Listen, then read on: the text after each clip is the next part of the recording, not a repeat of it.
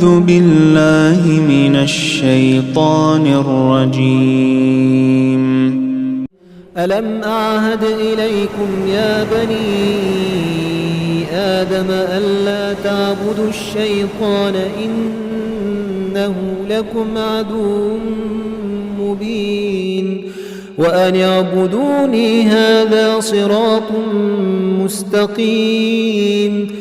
ولقد أضل منكم جبلا كثيرا أفلم تكونوا تعقلون. هذه جهنم التي كنتم توعدون اصلوها اليوم بما كنتم تكفرون.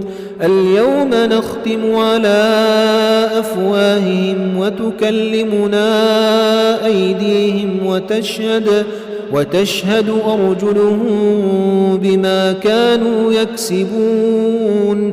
ولو نشاء لطمسنا على أعينهم فاستبقوا الصراط فأنى يبصرون. ولو نشاء لمسخناهم على مكانتهم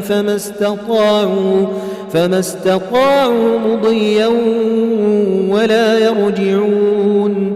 ومن نعمره ننكسه في الخلق أفلا يعقلون.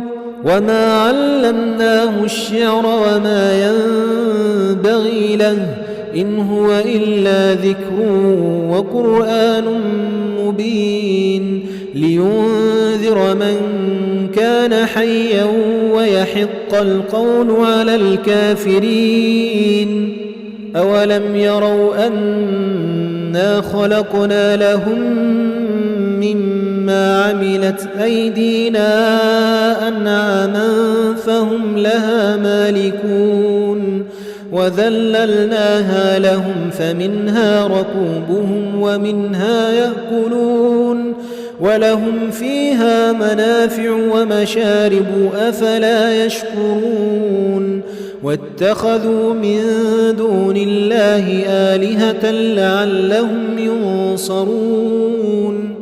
لا يستطيعون نصرهم وهم لهم جند محضرون.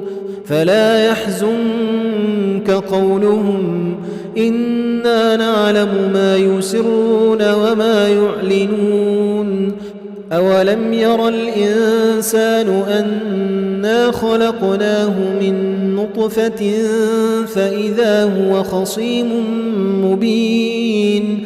وضرب لنا مثلا ونسي خلقه قال من يحيي العظام وهي رميم قل يحييها الذي أنشأها أول مرة وهو بكل خلق عليم.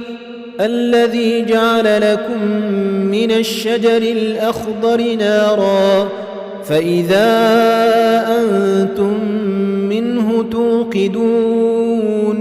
أوليس الذي خلق السماوات والأرض بقادر على أن يخلق مثلهم بلى وهو الخلاق العليم. إنما أمره إذا أراد شيئا أن يقول له كن فيكون. فسبحان الذي بيده ملكوت كل شيء وإليه ترجعون.